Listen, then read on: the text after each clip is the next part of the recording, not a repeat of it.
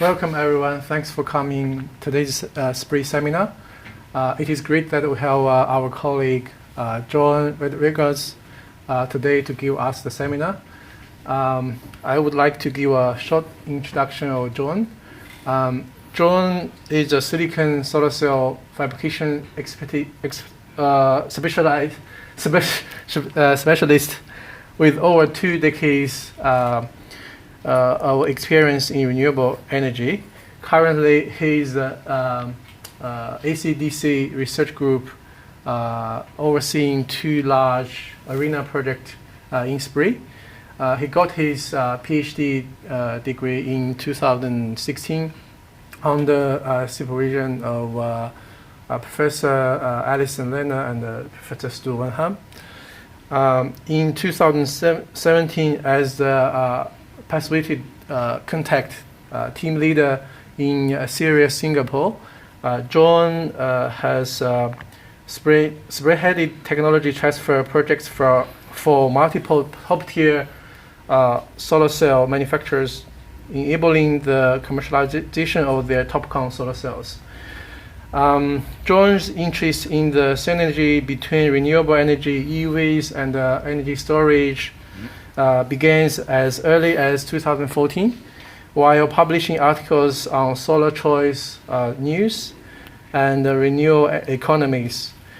He's an advocate for affordable EV and has a passion for dispelling EV myths.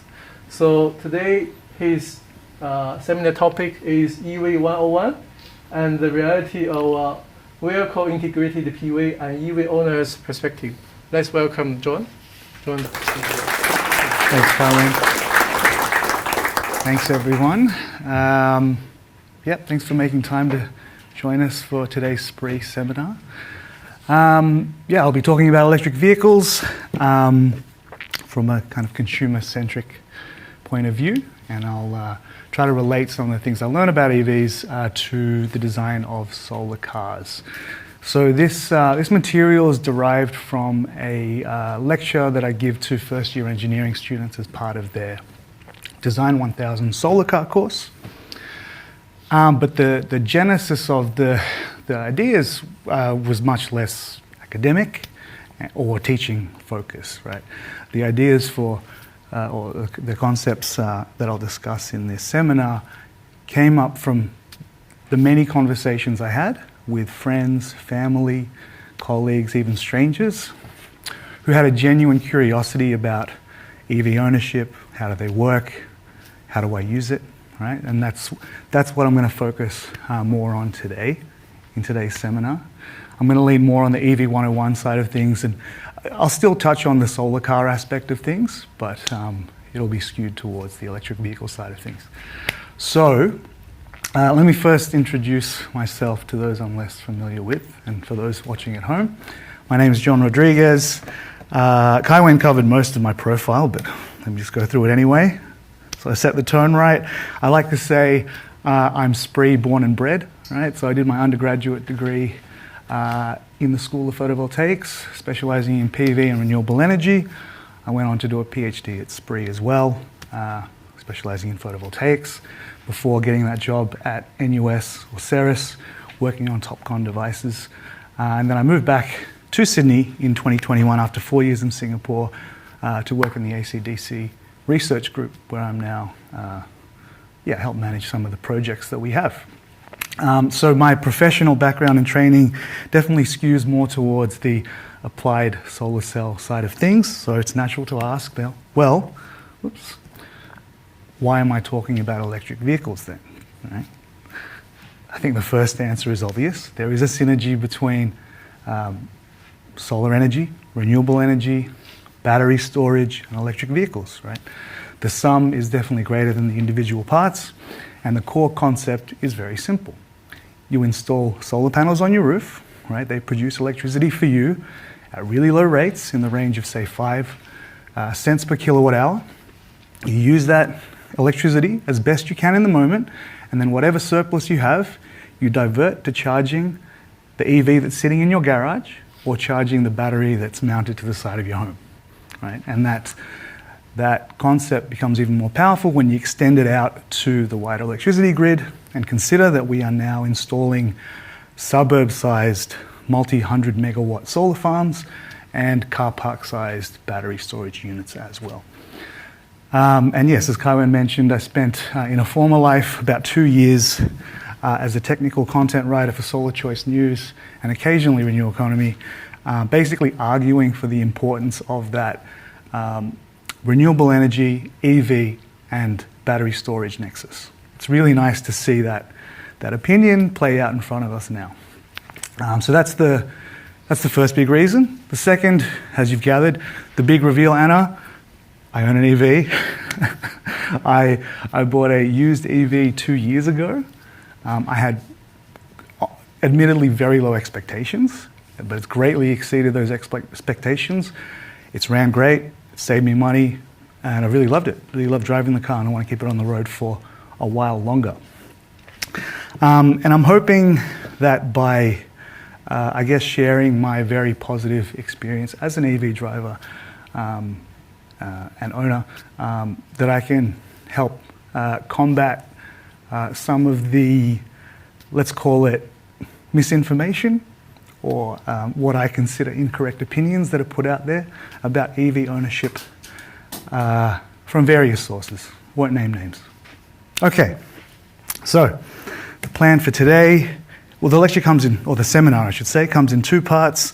The first part will be an introduction to electric vehicle ownership and use from the perspective of a consumer. So how much do EVs cost? How much does it cost to run them? How does it compare to petrol cars? And a question that comes up a lot from those conversations I had with friends and colleagues about EVs is, where do I charge them? It's an important point to kind of cover.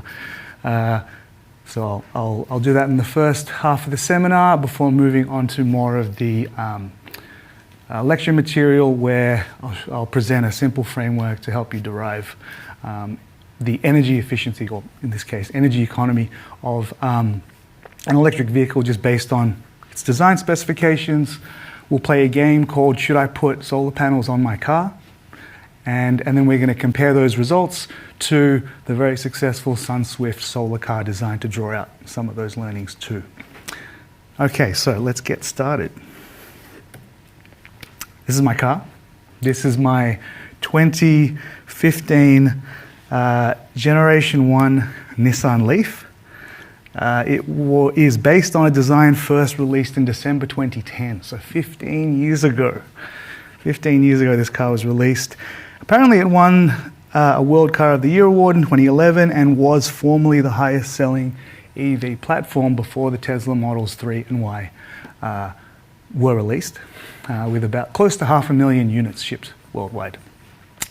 So it's definitely had its time, but it's still hanging on there and doing well on the roads.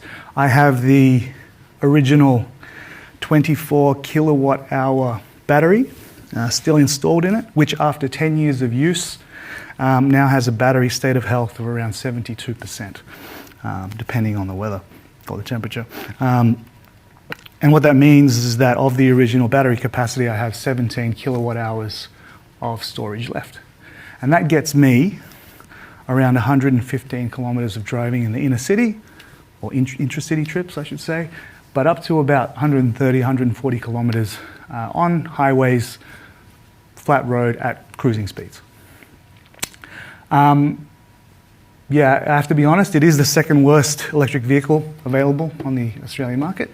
And you can find some models for as low as $5,000. I make this point just to say that my experience with the Leaf really sets a floor value to what you can expect from EV ownership. The cars, the electric vehicles you guys are going to buy will greatly exceed the capabilities, the range, the creature comforts of the Leaf. So I fully expect your experience with EVs to greatly exceed my already very positive experience with the Leaf. Okay. So first point I want to make is related to range, because this is a big debate surrounding EVs. Like I said, I only have about call it 130, 140 kilometers of range max in my car, but that hasn't stopped me from taking it well beyond Sydney city limits. So I bought the car from Newcastle, drove it down to Sydney. The first day I had it, I can drive the car to Wollongong on a single charge and back on a single charge. I've done that a couple of times. I've taken it to Katoomba, the Blue Mountains, on multiple occasions, and once or twice a year I really push the limits of the car and I do a road trip down to Canberra, which is a long day, but as long as the chargers are working and doing what they need to be doing, it's a very easy trip down there to the nation's capital. Only half jokingly, I think I can get it to Melbourne, but it would take quite a few days and a lot of patience. So range anxiety, I think, is a little overemphasized, and my experience with my very limited range EV is that, you know, the 300 kilometer range that most EVs come with are going to be fine for most consumers in Sydney anyway, right? Okay. My car calculates the driving efficiency with this energy economy metric, which is labeled as Epsilon EV here. It has units of kilometers per kilowatt hour, and it basically tells me how many kilometers I have driven on a trip per kilowatt hour of electricity I've consumed from the battery. For highway driving, I tend to get close to 9, definitely above 8 kilometers per kilowatt hour at highway cruising speeds at around, say, 80 to 90 kilometers an hour. With inner city stop-start driving, it's a bit lower. I tend to get on average 6.5 kilometers per kilowatt hour consumed from the battery. And we can compare these figures to the energy economy values for popular brand new EVs, starting with the iconic Tesla Model 3, which has really an excellent energy economy of close to 8 kilometers per kilowatt hour, I think, for average driving. And it trails down to close to 6.5, close to what my Leaf has, as you move down the list from Tesla models, Polestar, and then better value BYD and MG options towards the bottom of the list. Okay, there's two things I want to highlight here. Firstly, the range. The range of modern, brand new EVs regularly exceeds 300 kilometers on a full charge, and in some cases exceeds 500. That's plenty of range. And secondly, the price. Although you can spend upwards of $60,000 on a brand new electric vehicle, there are, in recent years, options for brand new EVs south of $30,000, which I think is very affordable for a lot of people. And especially even better value when you consider that a second-hand EV would chop about $10,000 to $15,000 off that price as well. So I make this point to say, you know, that this idea that electric vehicles is just for rich folks or those with lots of disposable income, I think the recent pricing figures disputes that claim, right? Okay, so I've touched on how we gauge the driving efficiency of an EV. So let's compare it to a petrol car. The way we assess the efficiency of driving a petrol vehicle is with a term you're probably quite familiar with, fuel efficiency. It's simply the number of litres of fuel consumed on a trip divided by the distance of that trip times 100, right? So it gives you the volume of litres consumed per 100 kilometres of driving. If you multiply that fuel efficiency figure by the price of fuel, you can then get a more universal dollars per 100 kilometres driven metric, right, which we will use to compare to EVs. I've assumed for simplicity, and also I think it's a pretty fair price, that the price of petrol is around $2, depends on where you fill up. And according to the Australian Bureau of Stats in their latest driving survey, the average Australian passenger car, petrol car, consumes 11.1 litres of fuel per 100 kilometres. That's quite high. But if you take note of, I guess, the number of big utes and big SUVs that are on the road today, like I can believe that figure. So, we'll trust the ABS and use that for average, as the average fuel consumption figure. Okay, so we have to do something different for an EV. We have to consider this driving efficiency term, mu EV. And to calculate that, we simply we divide the energy, E consumed on a journey. We divide that by the distance driven on the journey, times it by 100, and then scale it by a charging efficiency factor to be fair, right? So we lose about 5% when we're charging an EV battery. And we can convert between the driving efficiency metric here and the energy economy stat I covered in the previous slide. We can convert between them using the inverse relationship. Okay. And similarly for the petrol car, we can calculate the cost per 100 kilometers to drive an EV simply by multiplying that driving efficiency stat by the price of electricity. Right? So I've assumed that you do the clever thing and that you charge overnight at home using off-peak rates. So I've assumed a electricity price of 23 cents per kilowatt hour. And when you multiply that all out based on, I guess, the range of energy economy figures I presented in the previous table, you get a figure of about, let's call it $3 to $4 per 100 kilometers that you drive, an average EV.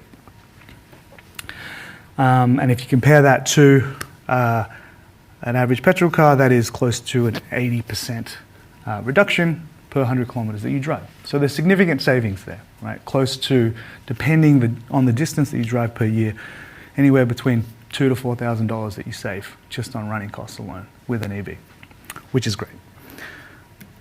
Our friend and colleague Angus Gentle rightly pointed out that what I'm comparing is maybe not an apples to apples comparison. I'm comparing like a Ford Raptor to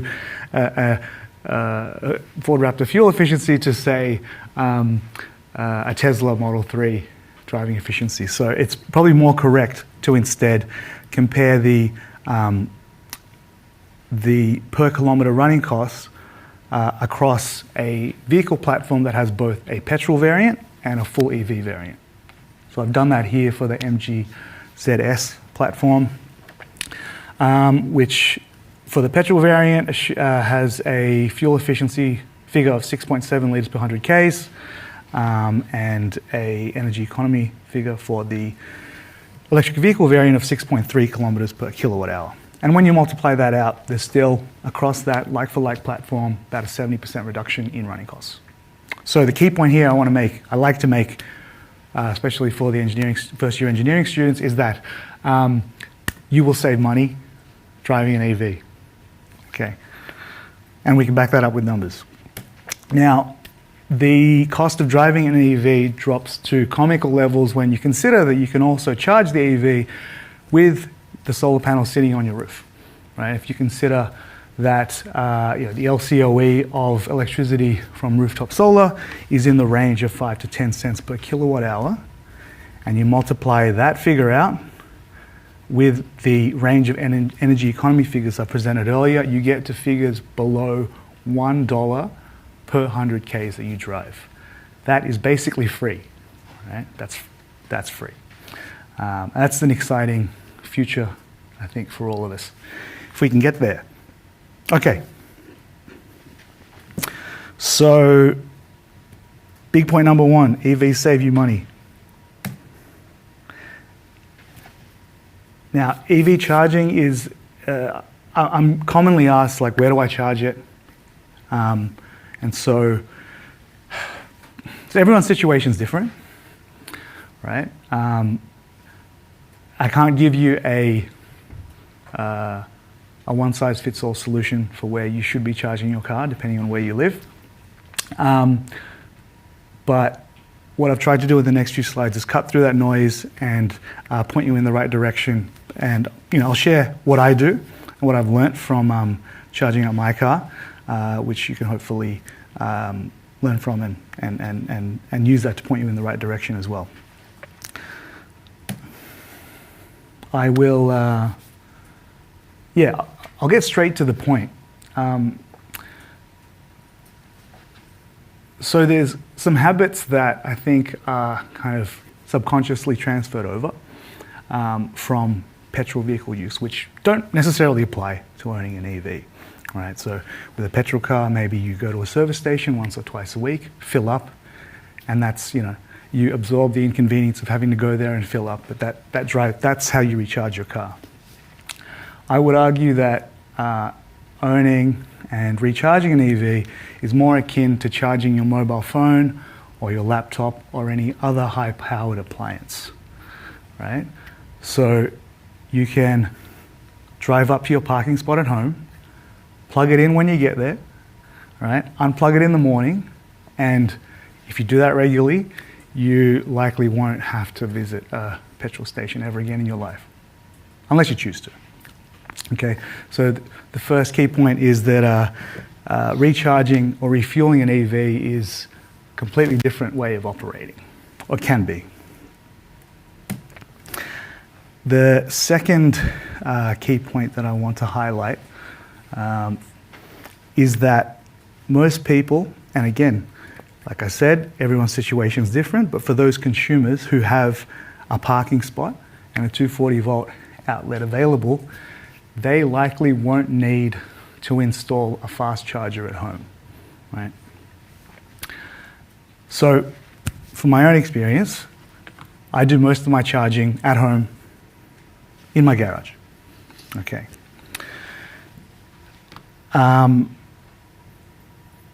So let's consider how many kilometers you can replenish your battery with an overnight charge. It's very simple to calculate. You multiply the power of the charger in kilowatt hours times the amount of time in hours that you charge it.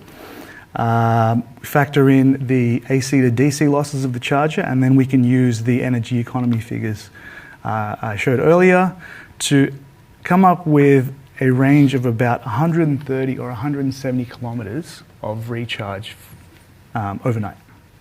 All right. And if we use recent ABS stats that suggest an average daily drive for an average Australian consumer is 30 kilometers, what you can recharge overnight is well in excess of what you need. Right? I make this point just because I've received a lot of questions from friends that have an EV that have asked me whether or not they should install a faster Type 2, say even 3-phase charger at home. The answer in most cases has been no. You can just plug in 240 volts, 8 amps at the wall. Okay. And the rest of my charging is done. It's split pretty evenly between Type 2 charging, Type 2 AC charging, and Type 3 DC charging. I'll just explain very quickly what that all means. Here, just for those who are less familiar with the categorizations of EV charging types. So I mentioned the Type 1 charger, right? That's the overnight charge. That looks like this, right? It is a 3-pin plug that goes into the wall. The other end, the Ghostbusters looking port, as Rob mentioned, goes into your car, just like that. Just like any other electronic device. Typically charges around, close to 2 or 3 kilowatts, and depending on the outlet you have at home, it's typically restricted to below 15 amps, single phase, and it's the cheapest way to charge in most cases. A Type 2 charger, they can look like this. Right? You've probably seen them around in car parks or just on the street on distribution poles. Right? This is the company is called EVX. This charger is mounted onto a distribution pole. I think it's 3-phase capable. So this particular charger, I think, gets up to 22 kilowatts. And the current jumps up a little, up to a max of about 32 amps in this case. So what you typically have to do with these chargers is bring your own cable. And that looks a bit like this. So one end goes into the charger, the other in the car. So this sits in the back of my car, in the boot, for when I need type 2 charging. One of the points that I guess is not often shared is there's a lot of free EV charging around, right? So a lot of shopping centres, RSLs, community centres, and just car parks in general. I think they try to entice customers to come in. So they will offer free charging at their type 2 chargers. Plug in. Quite often you don't even need to sign up to an app, and you can get some free electrons while you do your shopping or while you're out at brunch. So I recommend, if you're interested in knowing more about that, I recommend you download the PlugShare app and use the free charging filter. Now, type 3 DC chargers are typically what the general public, I think, considers. This is what the general public, I think, thinks of when they think of EV charging, right? These big, hulking, heavy chargers that are usually installed at petrol stations. It's a bit ironic, but that's usually where they are. They're quite powerful, up to, or even exceeding 150 kilowatts in quite a lot of cases. Charging voltage of 400 is pretty common, but it can go higher, and their current regularly exceeds 100 amps. So pretty high-powered devices. So you can fill your car up, charge your car up very quickly with a Type 3 DC fast charger, but it tends to cost more. So the general rule is the faster you want to charge your car, the more it's going to cost you per kilowatt hour. And there is some free charging available for DC chargers. So if you're interested, have a look at the Jolt app and see what they offer. To kind of cut through the noise, right? Like I said, everyone's situation is different, and to give my friends and colleagues a bit of just quick advice on how they should approach charging, I've put together this flowchart, right? So if you have a parking space available that has a 240 volt outlet and you drive less than 150 k's a day, just charge at home. It'll take care of your needs. If you drive more than 150 k's a day, then okay, you might need to occasionally do boost or top-up charges at public chargers. Or if you can install a power outlet at home, you might want to consider a Type 2 charger, if that's available to you. If you don't have a parking space at home and you can't install a power outlet, there's still options, right? You can just try your luck with public chargers. It's totally fine. If you're not a patient person, right, and you can't wait until the chargers are available, use the Jolt app. This is a charger. This is charging infrastructure that allows you to make bookings, which I think will suit a lot of people. Okay, so not doing too bad for time. So that is it for an intro to electric vehicle use and ownership. Okay. I'll transition to the EV lecture material in the second half of the seminar. This is typically where I lose the crowd, right? It's been half an hour in, getting a little sleepy.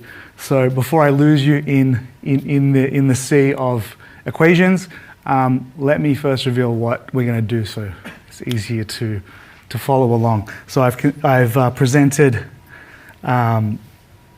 energy economy stats for EVs, or common or popular EVs, using pricing data for electricity, we can come up with a dollars per kilowatt hour cost to drive an EV, right? We're going to work backwards. We're going to use specifications of the EV, such as its drag coefficient. We're going to assume a pretty typical rolling resistance coefficient. We're going to use its mass and its dimensions, or its cross-sectional area, to calculate how much force we have to provide at the wheels to keep this car moving forward for a given speed. And from that, we can calculate the instantaneous power that we have to supply to move the EV forward at a given speed. Using those power and force calcs, we can calculate how much energy it takes to drive an electric, or any vehicle really, over a given distance at a given speed, which then we can relate to the energy economy figures or the driving efficiency figures that I mentioned earlier. Truthfully, I probably will not have time to cover the energy calcs, so I'll probably just get up to the force and power curves for an EV so we can relate it to a solar car. Okay, so let's talk about forces and work. So we consider a car at rest. There's just the force of weight acting on the vehicle, pushing down onto the ground through the four wheels.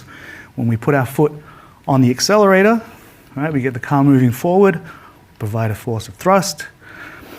And as the car moves forward through the fluid of air, we experience an aerodynamic drag force in opposition to its motion, as well as resistance where the tire meets the road. In the special case where we are moving at a constant velocity, acceleration is zero, the net force is zero, and therefore the thrust force that we provide to move the car forward is balanced by the drag and rolling resistance force as well. I've denoted the situation where the force of thrust is equal to drag and rolling resistance as Ft underscore val. Okay, and when we're accelerating, the force of thrust that we provide simply exceeds the sum of drag and rolling resistance.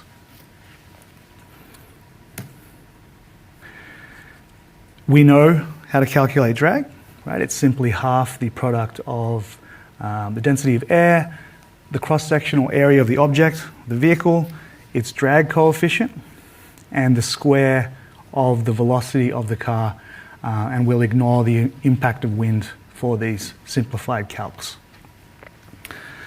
The force of rolling friction is simply the coefficient of rolling friction times mass times gravity.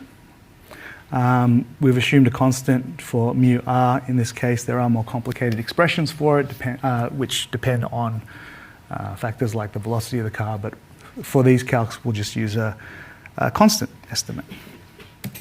We use basic physics of motion equations to set it up, right? Consider displacement, the velocity, dx dt. We'll assume a constant acceleration of the vehicle for these calcs, and the work done is simply energy, or the energy expended to move the car is simply force that we provide times the distance over which that force is applied, which would have to be integrated with respect to x if the magnitude of the force varies over that distance. The power is simply force times velocity as well. So that's the setup. They're the equations we use. We can also account for mechanical and electrical losses in our calcs, in our calculations. So I've converted the torque curves for the Leaf motor to an estimate for powertrain efficiency as a function of velocity, which is, this expression here. We can also just use the US Department of Energy's estimate of 87 to 91% powertrain efficiency for EVs in general, if you want to keep things simple. We can also account for electrical losses, auxiliary electrical losses, excluding AC in the car. with this yet 2% scaling factor, or 0.98 scaling factor. So using that, we can calculate for the Leaf, or any car you have these inputs for, we can calculate the force that we have to apply as a function of, to keep the car moving at a particular velocity, right? So let's look at the individual components. So the force due to rolling resistance is simply this blue curve down the bottom. Rolling resistance dominates at lower speeds, right? The force of drag, shown in orange, has that parabolic relationship, so it increases significantly as you drive the car faster, so you have to apply a greater force as you drive faster in the vehicle, just to keep it at that speed. The sum of those two is the black curve here, and then when we take into account the mechanical and electrical losses, we get this dashed grey line here. And basically, if we apply a force that exceeds this dashed grey line for a given velocity, the car will accelerate. If we apply a force below that grey dashed line, the car will tend to decelerate. Okay. So they're the force curves for the Leaf. And we can multiply that out with velocity to get the instantaneous power that we have to apply as a function of the car's velocity for the Leaf's 80 kilowatt motor. Okay. So, and we can use this to compare to consider whether or not we should put solar panels on my Leaf. But before that, what I typically do in the first year engineering lecture is then calculate how much energy we expect the car to use on either a typical highway journey or inner city driving. We use those force and power equations to calculate that out to basically make the point that we can calculate from first principles similar estimates to what the onboard computer calculates in terms of energy economy. I won't have time to do this today, I'm very sorry. If you want to know more about it, please send me an email, contact me, and I can send you the lecture material as well. So we'll skip this part, just in the interest of time, and we'll jump straight to, a game called Should I Put Solar Panels on My Car?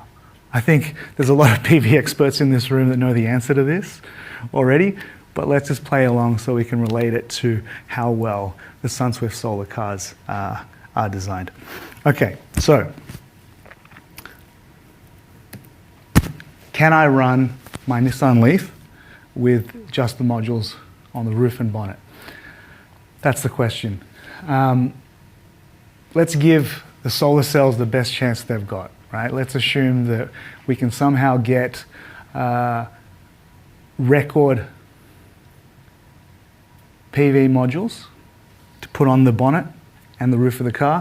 So we'll consider close to 25 or 33% efficient modules in this hypothetical scenario.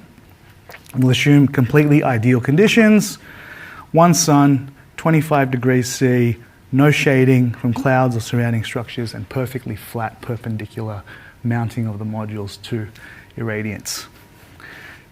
We will consider only the not so charitable scenario where we're going to directly drive the Leaf motor with the power output from the modules, right? The smart thing to do obviously would be to store that energy in a battery, the onboard battery, to use later, but I'll leave that for you to calculate out on your own for today. So, okay, so if we consider, we can calculate the power output for these modules that we theoretically install on the Leaf, so we can find the power output by multiplying the area by the irradiance and the efficiency to get a figure of 600 to 800 watts out. Under ideal conditions, so if we overlay the power curves for the leaf with that 600 to 800 watt output, it's not looking so good. We're unfortunately not going to get very high speeds running the leaf with just modules on the roof. Like I said, a very uncharitable situation to put the leaf in, but still put here just to illustrate the point. So we can maybe, under ideal conditions, get up to an idling speed of 10 to 15 k's an hour if I get Ivan to put some modules on my car. So not great, but we know solar cars can work, right? We know there's very successful examples of solar cars. So what's different? What's different between me retrofitting modules on my car to how Sunswift did it? If we compare the force curves for Sunswift using their published data, well, let's compare those actually. Let's compare their drag coefficient. Right? It's about a third of the leaves. Sunswift also has a slightly smaller cross-sectional area, so it's very aerodynamic. It's very light. It's about a third of the weight of the Nissan Leaf. And I've assumed a very low coefficient of rolling friction because you may have noticed that the wheels on Sunswift are basically mountain bike tires. They're very thin, low-pro tires. So when you put all that together, you get a very light, very aerodynamic and low-resistance car. And if you compare the force curves, you can see that for a given speed that you drive the cars, the Sunswift vehicles require much less force and much less power to get it moving for a given velocity.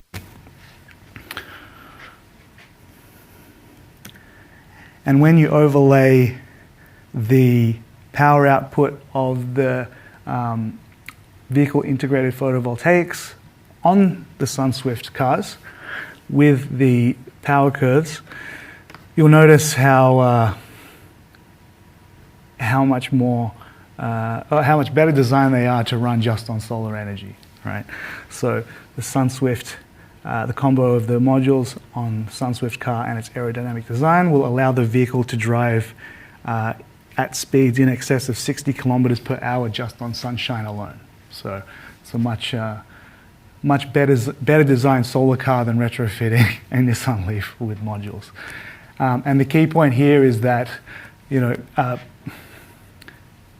good solar car design also is reflective of energy efficient EV design, right? It's not enough just to put, say, a bunch of PV modules on a Cybertruck or a big Kia EV9 and expect it to get many miles on it. Sunswift provides really the blueprint for successful solar cars. They have to be light, aerodynamic, and low resistance, and the challenge will be to do all that while maintaining or adhering to, say, 5-star safety standards and also maintaining creature comforts.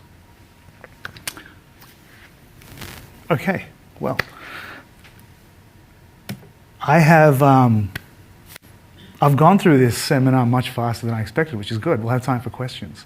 So just to conclude, and to bring it back to the EV side of things, right? I want to make it clear that EVs are now very affordable, especially when bought secondhand.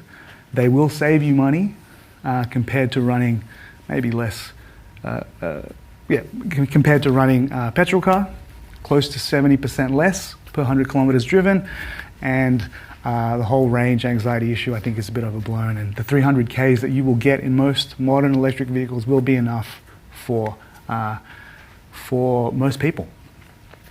So what's next for the Leaf? I'm going to continue driving it. It's in great shape. at the moment. It will hopefully keep saving me close to $2,000 to $4,000 a year on running costs. I expect to get up to about 100,000 Ks of driving out of it before my outdated battery really limits practical use. After which, though, that's not the end. You know, for my car, and actually really for most EVs, there are battery replacement options that are available at their end of life, which is a topic for another day. That's all I had for the seminar. Thank you for your attention, and good luck on your EV journey. Thank you, John, for the nice talk. Do you have any questions for John?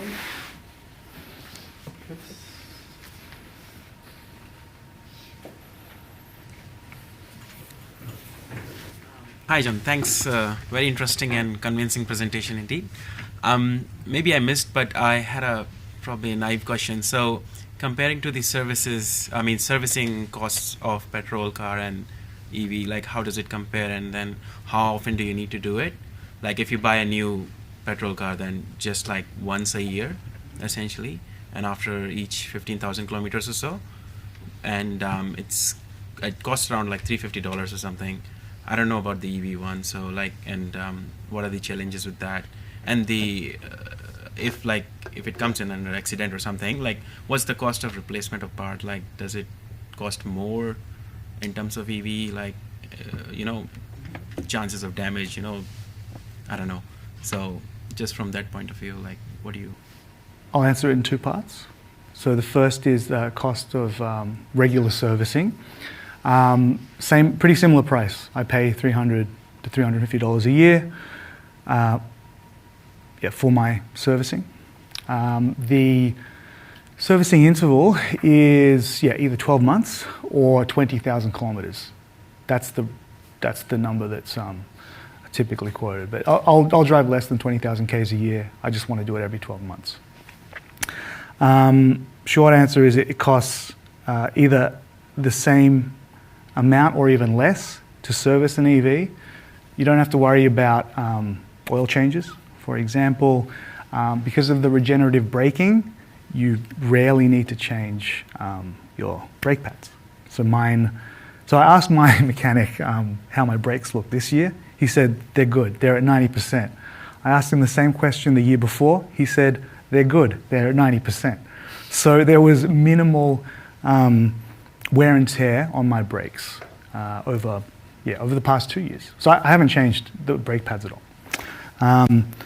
In terms of repair, okay. One, I recommend full insurance, full comprehensive insurance, which you can get easily for EVs, right?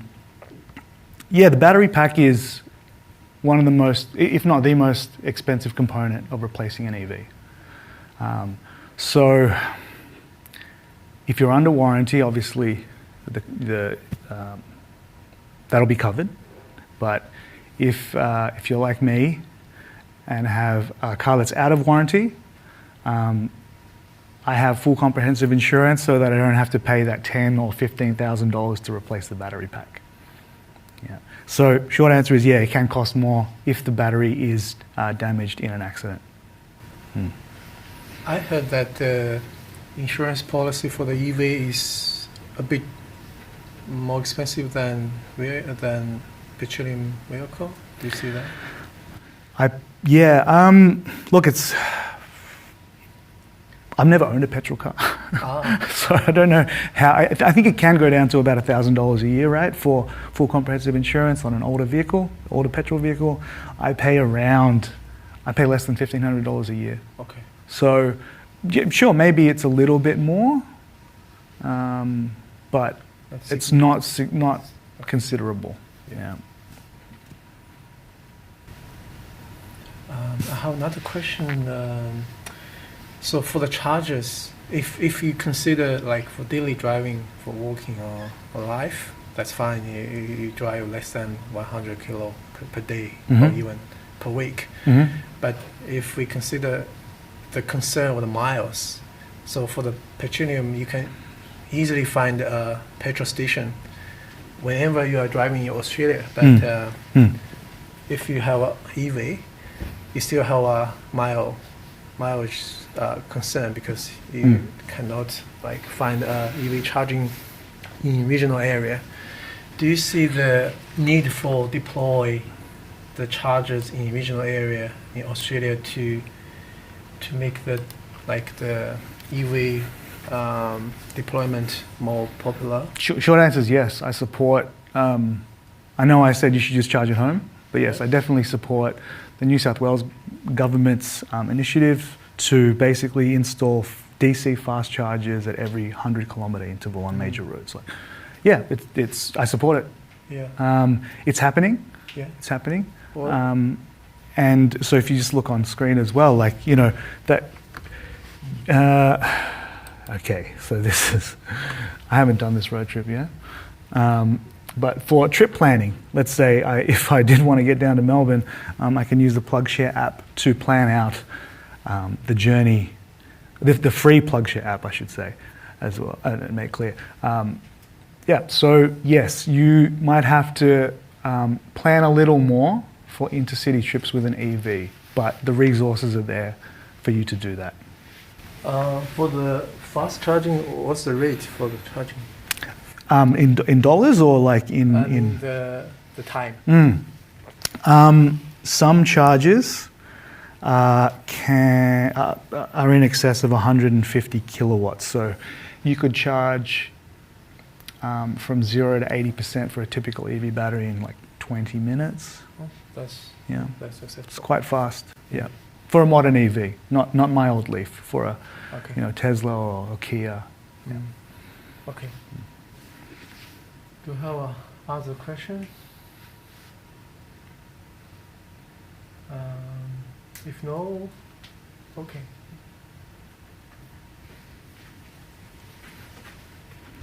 Thanks, John, for really great to hear your personal journey with your electric vehicle and to hear some insights from the way the first year engineering students are learning about this stuff as well.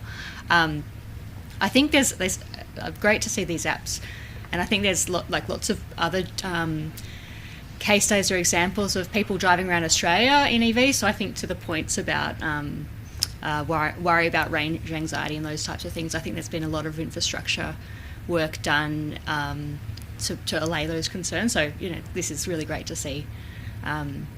I think one of the things I've heard is a big barrier for people thinking about the cost of ownership is the resale, like the ability to the second-hand market. And I think you've presented an example of that there is a second-hand market. And I wonder if you had any further, like beyond your personal anecdote, any data about second-hand market for EVs in Australia?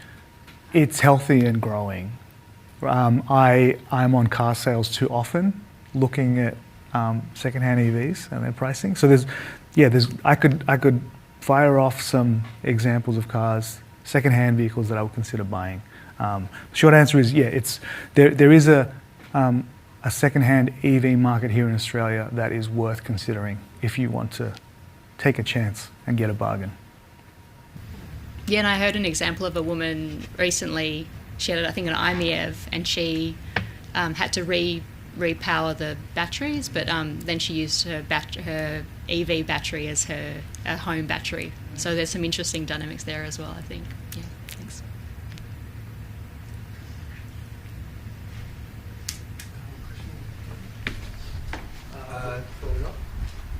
Two hopefully quick questions.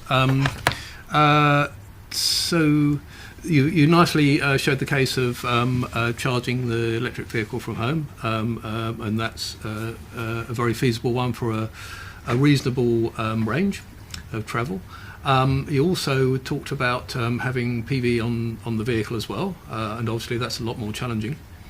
What about the intermediate situation of using solar power from PV at home to charge a vehicle? And have you looked into the what size of array you need and the charging times necessary to give a certain range?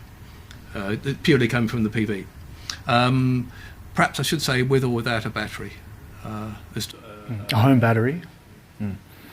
Short answer is no, Gavin, because unfortunately I don't have PV on my roof. But I'd be happy to work on that with you if you like, because I think there's actually sort of quite a realistic scenario, and it's very feasible as well, I think, depending on the size of your array, etc. So I think that would actually be a very nice thing to sort of get the data on and sort of show that it's feasible. We can back calculate it. You know, if we think that we just need to drive on average, we as Aussies need to drive 30 kilometres a day, right? If we assume an energy economy figure of, let's call it 6 to make it easy for calculation, 6 kilometres per kilowatt hour, then we just need 5 kilowatt hours a day. So let's say we get 5 peak sun hours, you need 1 kilowatt. You need 3 modules, well, 2 modules these days, right? You just need 2 modules on average to power your average daily driving. So it doesn't take much. Yeah, if your car is sitting in the garage at home during the day, if you're working from home, if you're parked at night, you know, you can't get that. But yeah, if you have a EV sitting in the garage during the day, yeah, it just takes a 1 kilowatt system to keep it running.